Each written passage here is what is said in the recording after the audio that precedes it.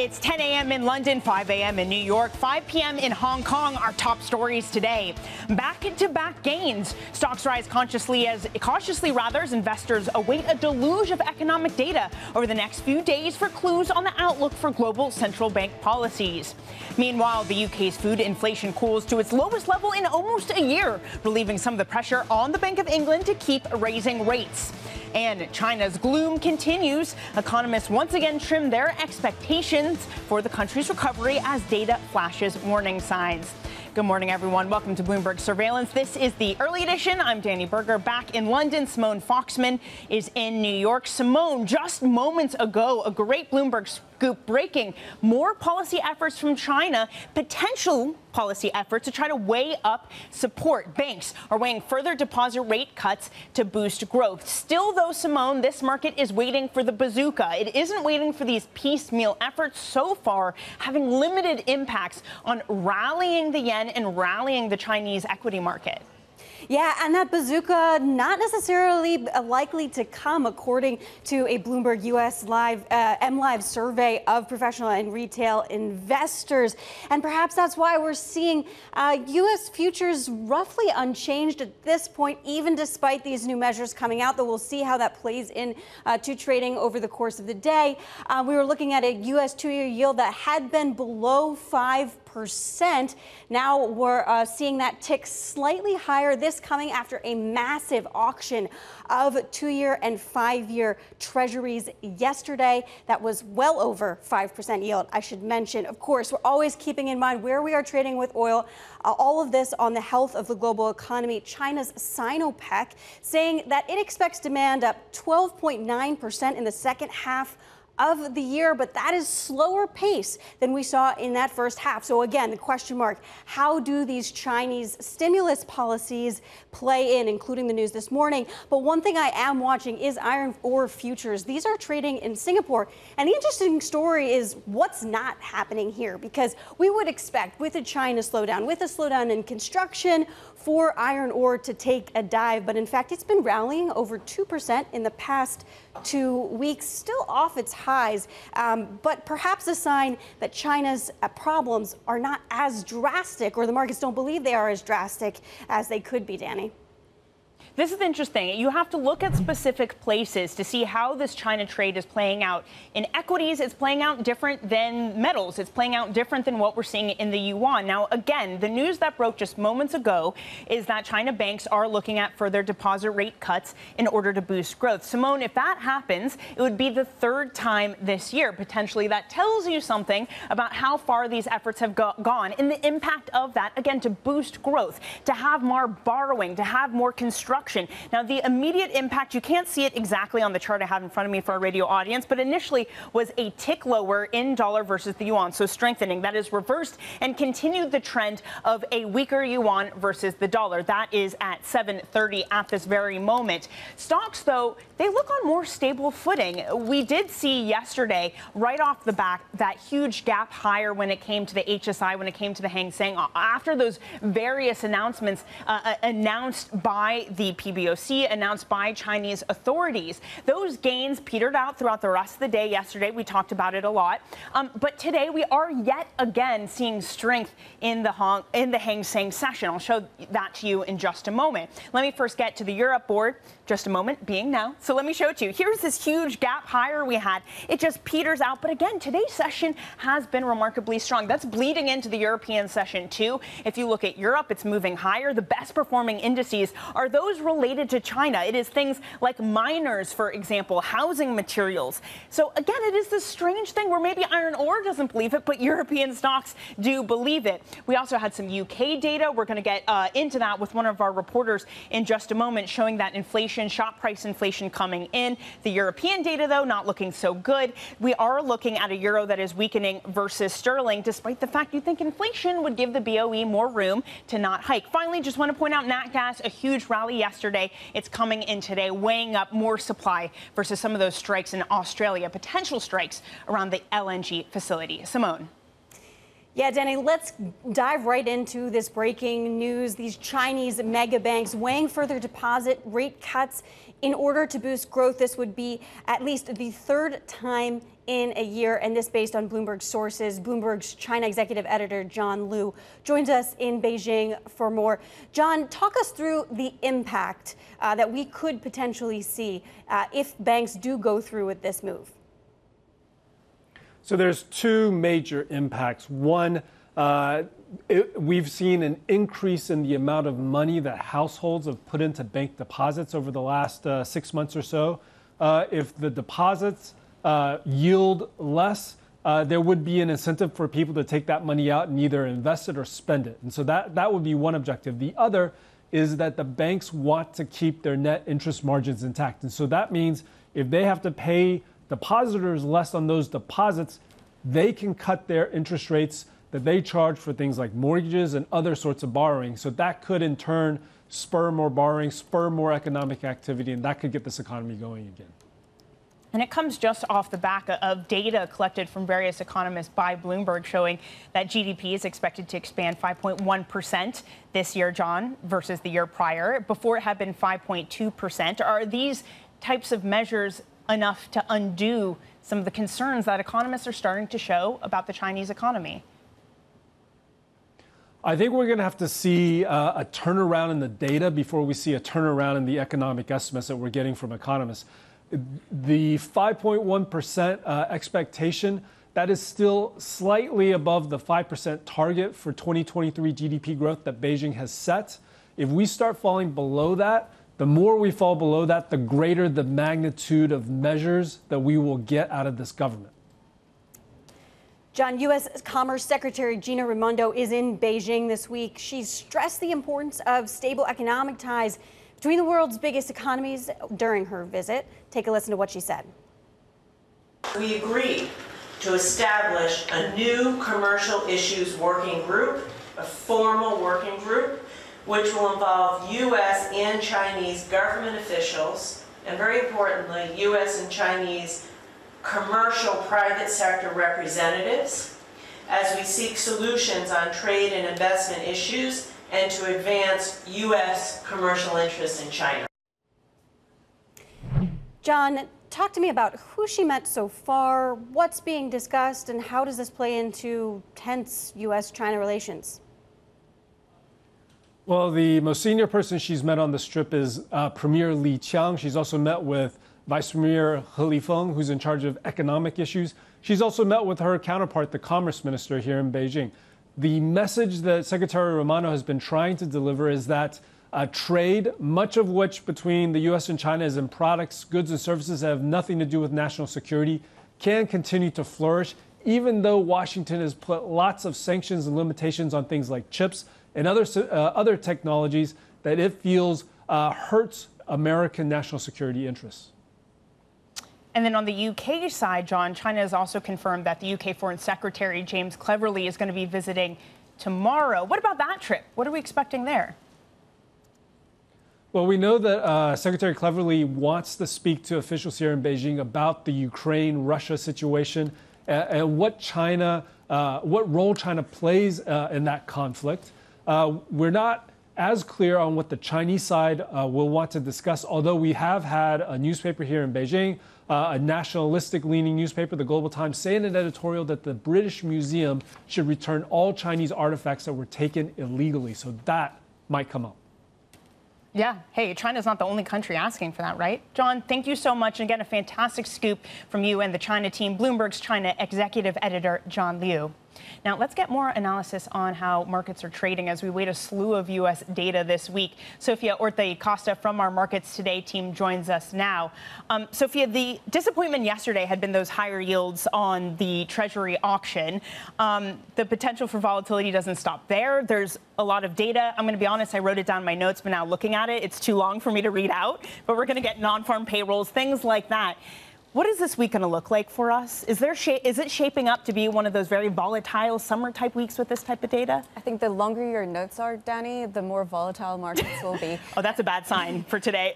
I mean, yes, I do think also, let's just have a moment to just discuss yesterday's auction. I think there's a lot of focus on how high yields were. This is the market repricing the higher for longer narrative that's really become entrenched since that Jackson Hole speech by Powell. And I think there was a little bit of panic right after the speech, a little bit of confusion as well, plenty of confusion, but now markets are kind of growing comfortable with the fact that, okay, higher for longer, we're good with that.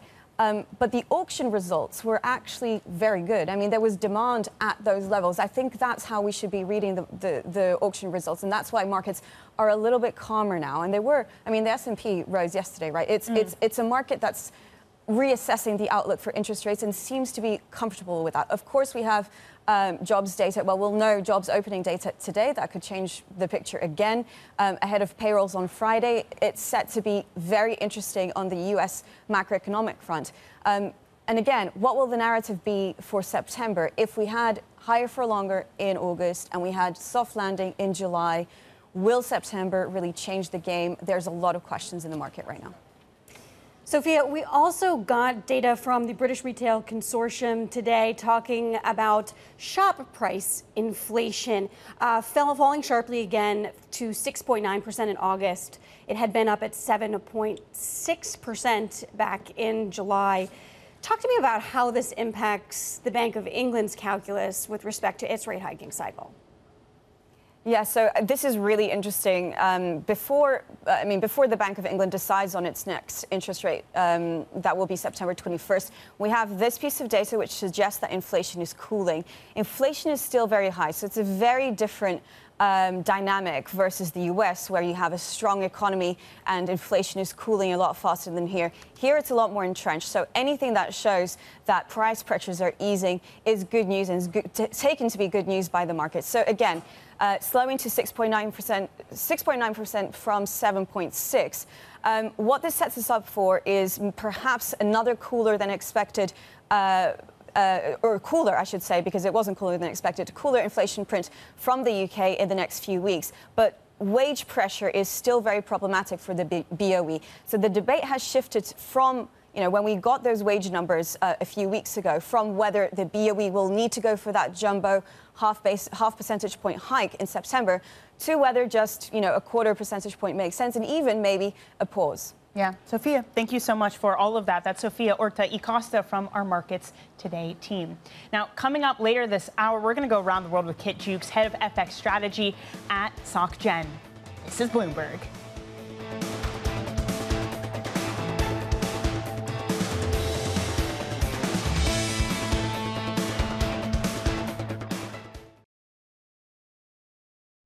All eyes are on the U.S. jobs report. We're still seeing some lingering effects of the pandemic on the jobs market. There has been a shift to labor, and it doesn't seem to be diminishing. This labor market is still tight. This Friday, the surveillance team brings you the crucial jobs data and expert analysis at terminal speed. Are we beyond COVID? We are on that path to get to lower inflation by the end of the year. But then you look at the unemployment rate, you're looking at a problem for the Fed. The August jobs report, Friday on Bloomberg Television and Radio.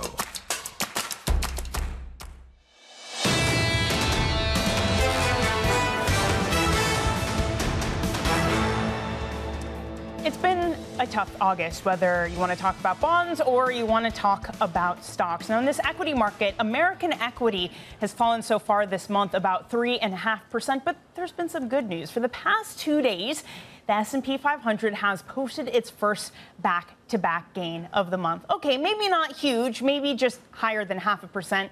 But it's something. It's something following Powell's Jackson Hole speech. Let's go now to our Bloomberg's equity reporter, Farah El-Bahrawi. Farah, thanks so much for joining us. Look, 2 days of higher moves in the S&P 500, a grim month. Is there something to this, or is it just a pause of a seasonally rough month?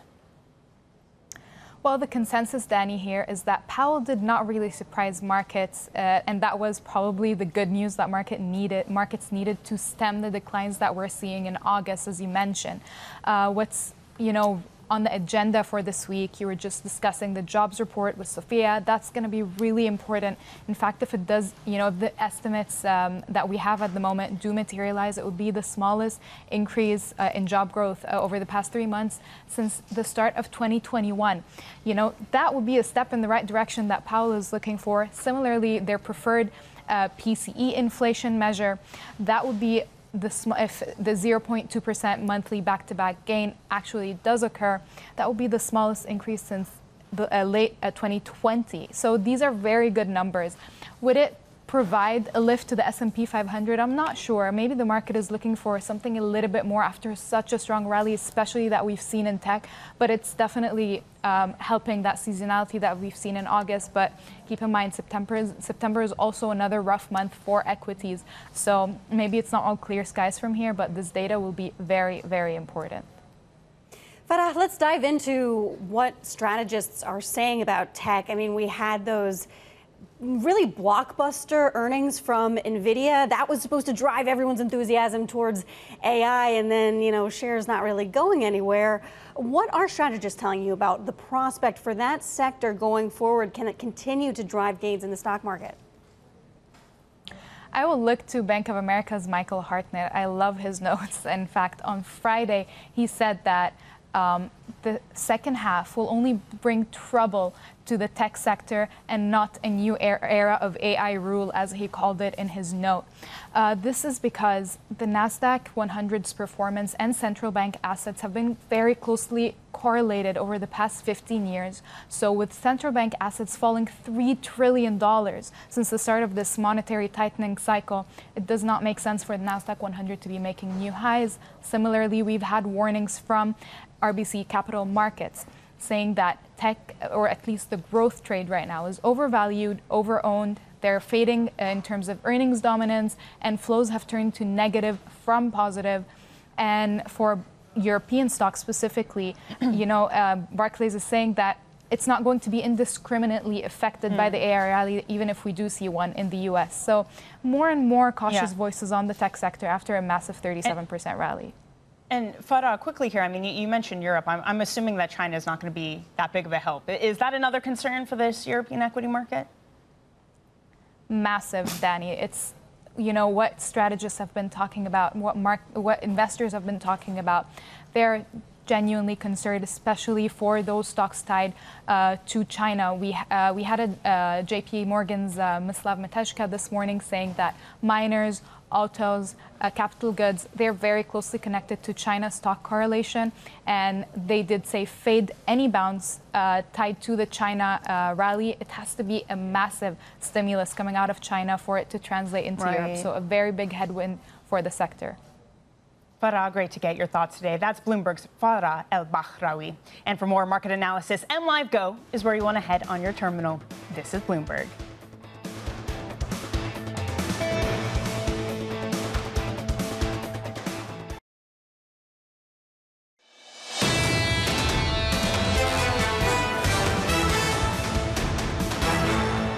This is Bloomberg Surveillance Early Edition. I'm Dani Berger in London alongside Simone Foxman in New York. Now, Goldman Sachs has struck a deal to sell an investment advisory business aimed at the mass affluent market to money manager Creative Planning. Bloomberg's Sue Keenan has the story.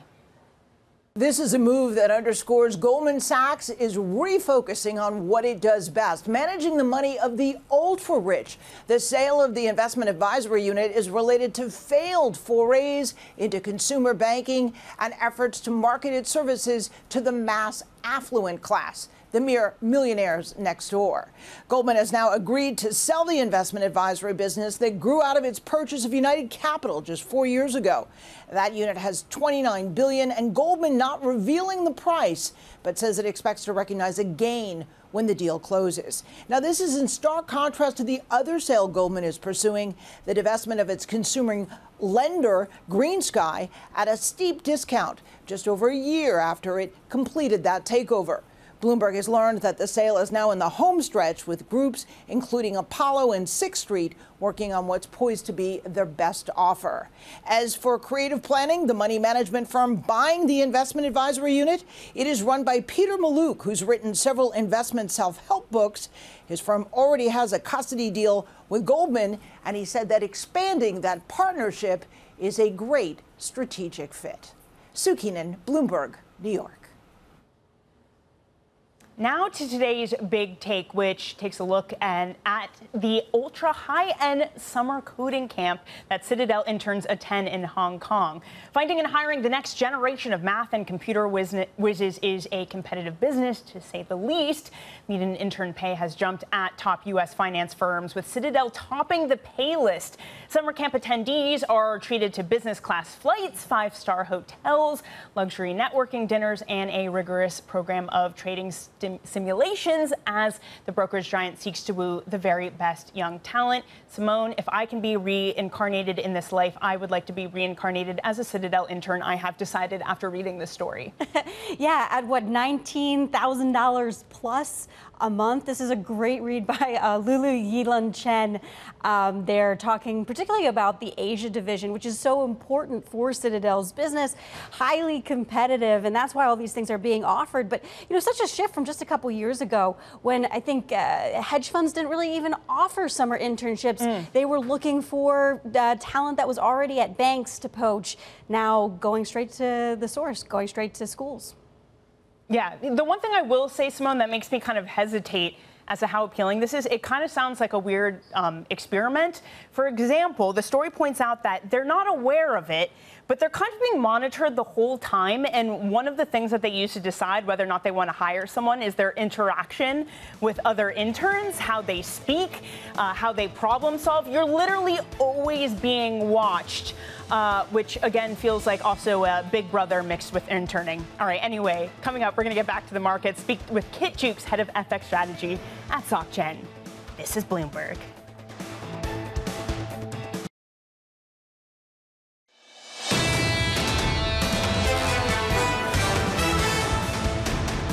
This is Bloomberg Surveillance Early Edition. Here's what you need to know.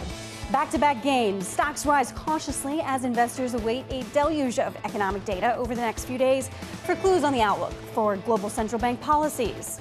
Meanwhile, in the UK, food inflation cools to its lowest level in almost a year, relieving some of the pressure on the Bank of England to keep raising rates. And a new Bloomberg scoop. China's biggest state-owned banks are considering lowering deposit rates for at least the third time in a year. This move comes as lenders ramp up efforts to boost the economy and to protect margins. I'm Simone Foxman in New York with Dani Berger in London. Dani, you know, it's interesting to see what the impact is when China announced these support measures. You know, earlier this week we were talking about the support measures for stocks. Now it sounds like banks may be getting into the action once again. Does it impact Europe? Does it impact the United States? We're going to be so focused on how this plays out. Hey, look, at least for the time being, European stocks are moving higher. And the ones that are moving higher do seem to be China related. So something is having an impact. How widespread it is, that's perhaps another conversation for us to have with Kit Jukes in just a moment. European equities up 0.5%. Simone, again, it's miners, construction materials. That's what's leading us higher. Euro versus sterling, that is weakening. We're looking at a weaker euro, some Germany data, some confidence numbers coming in a bit disappointing as expected. UK shop price inflation coming in, but still not necessarily meaning that we're looking at a weaker sterling. We're looking at a stronger one today. Then finally, just want to point out nat gas, because this thing has been so volatile. It's the supply from Norway, more of it, that we have to weigh up versus potential walkouts at an Australian LNG plant. For the most part, that sent nat gas higher, but today coming back in by about 4%, Simone.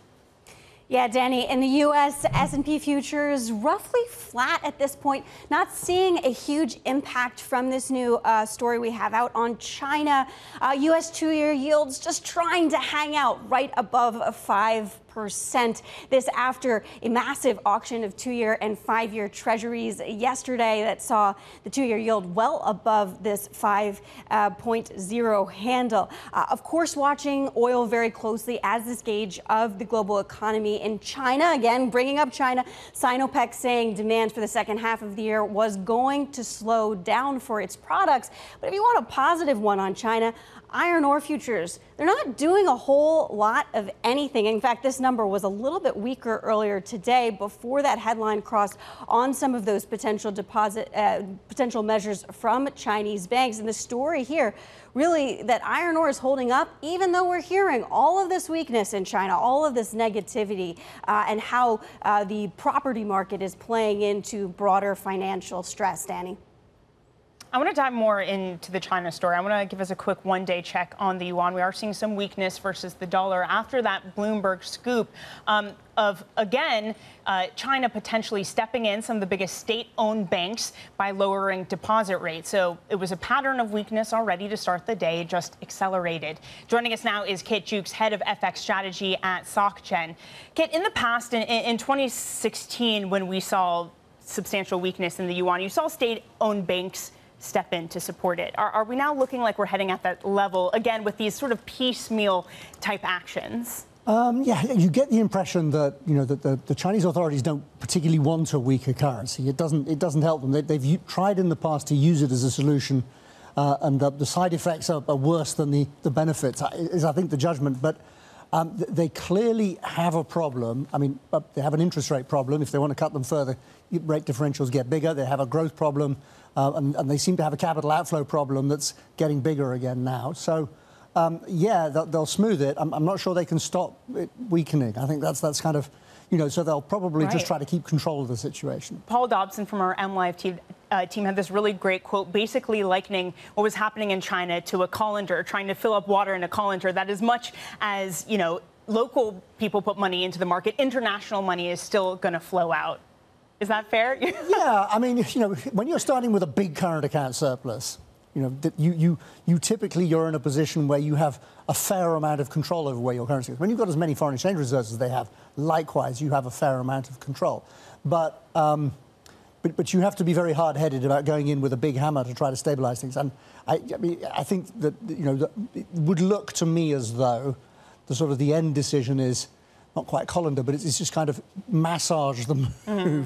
Yes, we'd like it not to happen, but we're not going to cause lots of mess to try to prevent it. Kit, you talk about yuan weakness. We did a survey. Bloomberg did a survey, our MLive poll survey, and retail and professional investors there were thinking that we'll see a 7.6 on the offshore yuan to the U.S. dollar by the end of the year. What are your thoughts on that? Well, our strategist out in the Far East has that as his forecast, so I'm not going to argue with it as an idea. It's a good starting number. I'll tell you what my reaction to it is. It makes forecasting a stronger yen really testing for me. That's really what it does as a knock-on effect. Look, I think a weaker yuan, and that's not a huge move, but a weaker yuan effectively makes the real effective exchange rates of everybody else stronger, particularly people who do a lot of business with China, which particularly includes Australia, Germany, the Eurozone in general, and Japan. And so, it's do we want all of our currencies to get stronger, through side effects? Is that going to help us at this particular point in our lives? Not everybody. Yeah, let's stick to Japan because we saw the jobless rate coming in higher than expected in July. It was 2.7%. The street was looking for 2.5%. How does the Bank of Japan kind of balance that with what could potentially be a stronger yen, just given what we're seeing in China? Well, so I think they balance it by kind of probably further dithering and not rushing into any kind of move with yield curve control normalization. They'll have, they're trying to manage the fact that with rising bond yields everywhere else, there's upward pressure on JGBs. So what do they want to do about trying to manage yields on JGBs? But if they let JGB yields go up, they'll get a stronger yen, and then they'll get inflation falling faster than they'll want to. So I think they're hoping that doing nothing will get them out of jail, and the rest of the world won't make it too difficult. Again, except for yen forecasters. But I think that this just adds to the reasons why a central bank that doesn't really want to rush policy normalization doesn't have to. Yeah. Ueda doesn't want to be that guy that finally undoes the first bit of inflation that Japan is seeing. Would you agree with Goldman, then, that the risk, if they go slow, if they do nothing, is 155 on dollar yen? A bit. I mean, 155, it's in real terms, I mean, the yen is 40% cheaper in real terms today than it was when we were last at 155. So these are crazy levels, and yet I'm not sure that it's doing very much for their exports that I can see sort of jumping out at me. But I think, more seriously, I think where the yen goes is very much a function of yield differentials, at least, if not, which is really, if you don't change anything on yield curve control, that's all Treasury yields. I am inclined to think we're closer to the peak in Treasury yields than that. But if we spike yields up significantly further, yeah, that's just what's going to happen. If we're close to the peak in Treasury yields, I mean, we've been so used over the past few years or the past decade to be trading on yield differentials. What takes over is the trade if we're near peak yields in the U.S.? We just go sideways for a bit, but we're waiting for a policy move out of Japan, which would be a bigger deal in the sense of anything else. But otherwise, look, if we got yields going back towards 3% in the U.S., you'd get dollar yen going back a long way down. But again, that doesn't feel like what's happening today or this Friday unless we have a big surprise. So we are very much beholden to what's happening to Treasuries. Kit, thanks for that. You're sticking with us. Kit Jukes of SocGen there. We'll talk Europe. We'll talk the U.S. We'll have plenty more coming up on the program. This is Bloomberg.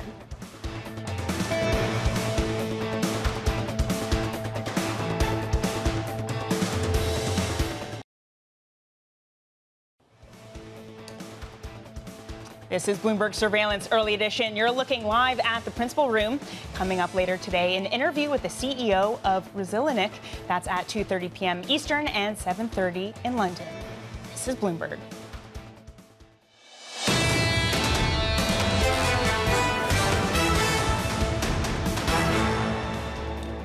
This is Bloomberg Surveillance. You're watching the Early Edition. I'm Dani Berger in London with Simone Foxman in New York. We're back with Kit Jukes, head of FX strategy at SocGen. Kit, we're just discussing Japan. We're just discussing China. So let's bring it over to our region, to Europe. We were talking in the break about the pessimism over Europe, the weak European data. How do you decide if that pessimism is overdone or not? What do you look to? So the PMI data in particular in Europe are a bad indicator of anything very much.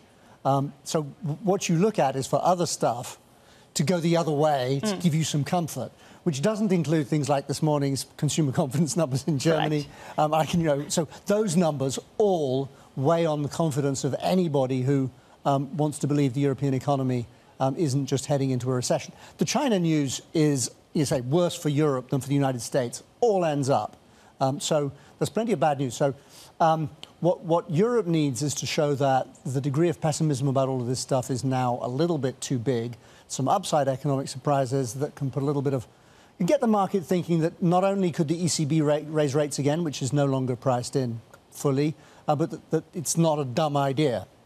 I mean, the hawks would say just that. We've heard from Holtzman recently, a lot of the hawks saying, look, we could easily go again in September. September's just around the corner, but there's still this stark divide. Is there a camp that seems louder to you at this moment? No, I thought the message from Christine Lagarde was forcefully, we are going to get inflation under control. We're not changing our target, but from both her and Jay Powell, really, in that sense. I did immediately. I just had this earworm. That's the plan. Everybody has a plan till they're punched in the mouth. By the data. By the data. So in that sense, they just need some better data. Yeah. And at the moment, the news flow's bad and sentiment's probably worse. Kit, take me through how the data is setting us up this week in the United States. We have that all-important jobs data coming out. How much of a toss-up do you think this next Fed meeting is? Because we didn't really get that much clarity out of Jay Powell last week. I got the sense from Jay Powell that we're on a pause now that probably lasts through September. But again, we've got another CPI number before that next meeting as well. So we've got plenty of data. We've had this period of 2 full sets of data between Fed meetings that we knew was coming. But I think it's potentially a longer pause. I think the issue with the US, in a sense, is if the economy doesn't slow over the course of the next couple of months, the next rate hike could happen further out, and a bunch of people's forecasts will be wrong. So that would be a bigger danger to me. And in that sense, I think I care about the data not as an indicator of what they do to short-term rate expectations in the short term, but more, as an indicator of, is this economy still slowing steadily, or is the optimism about the Q3 GDP numbers, or that some of the things we sort of, I came back from vacation feeling that there was an enormous amount of optimism about the US economy that I was struggling to find in the data. The data, again, will tell us quite a lot in that sense. Okay, so if we push that second rate hike, the next rate hike, say, a little bit farther out on the timeline, how does that play in with the dollar? Because then perhaps we see Europe sort of slowing down a little bit in its hiking cycle. Just take me through how that calculus works out. Okay, so I start with a view that there's a recession. We've had a forecast of a US recession in the first half of next year since the end of last year. So kind of watch the market go one way then the other way. I still think that's the right forecast to have at this point in time.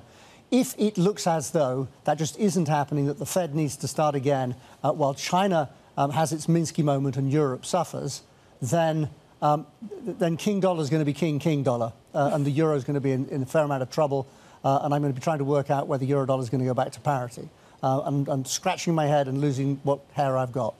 So I think that's what's in play. If the Fed is going to start again, I think we're going to get a significantly stronger dollar in the next leg. Or were you on holiday in the U.S.? Because No. I was going to say, because then timing that with Jackson Hole is, I feel like that's kind of one of your calls there if you were in the U.S. trying to time it. I feel like that's maybe how you do holidays on currency pairs. Okay. I mean, look, we're in this place where Powell, I mean, he said so before, but it feels different this time, perhaps it doesn't to you, of talking about data dependence, saying we don't really know what we're going to do. It's going to be based on the data. But over the past, decade, we've been so used to trading on the Powell put, on the rate hike cycle, what they're doing, not what the data is. Is it different this time on what we trade and how we trade the data? Yes, in the sense that, remember, the Powell put, in the past, because we haven't had that much inflation, as in almost none, in a crisis, the only kind of crisis that mattered was, oh no, the economy's weak, there's something wrong. You're not really fighting inflation. You're trying to normalize policy to get it to the right place, to kind of, do some quantitative tightening to get the balance sheet under control, so you can ease when you have the need to. That is not the case today until we get inflation down. So if we have a residual inflation problem, because we've still got a very tight labor market, because Americans still haven't completely depleted their excess savings, and if the Fed has to start again, then that's what they'll have to do. Equally, if the economy starts to lose some momentum, but the inflation numbers plateau at a uncomfortably higher level because the labor market's still tight and we've got all these things there, then they're going to be scratching their heads at the Fed about what to do. And that's where, the whole failure to get into debates about R-star and what you do and all of that, I thought that, that is an issue that at least Jay Powell wants to boot down the road. I was going to say, they didn't talk about it in Jackson Hole, the whole R-star, which disappointed a lot of people. They didn't get there. Yeah, and I think part of the reason is, it's a difficult conversation. If they put out a paper on it, we'll all be over it like a rash. I'm saying, look, if you believe in real rates and neutral real rates and things, then surely you are cutting rates next year, and conclusions like that. So, I think this is where policy is difficult, because you're trying to balance conflicting needs. Keep it simple. Keep it simple. Kit, thanks for diving into some of the details here with us, trying to make sense of it all. Kit Jukes of SocGen joining us. Thank you. Coming up, a look at some of the market-moving events to watch throughout the day. This is Bloomberg.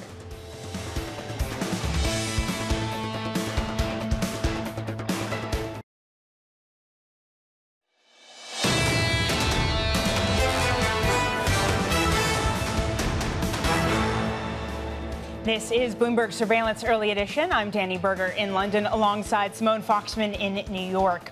Now, Hurricane Idalia is set to rapidly intensify, bringing life-threatening winds and storm surges as it barrels towards Florida.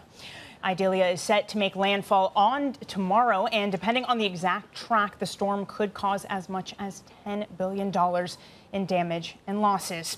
Something we'll continue to watch. Now, along with other things we're going to be watching out for today, we're going to have U.S. bank regulators, and they're expected to propose new regulations for mid-sized lenders. That includes a plan to require that banks as little as $100 billion in assets issue enough long-term debt to cover capital losses. Now, on the data front, we're going to get U.S. Conference Board consumer confidence numbers that will hit at 10 a.m. Eastern, and we're going to get some earnings today. That includes Best Buy, NEO, and HP. Simone, what you got on the stocks front?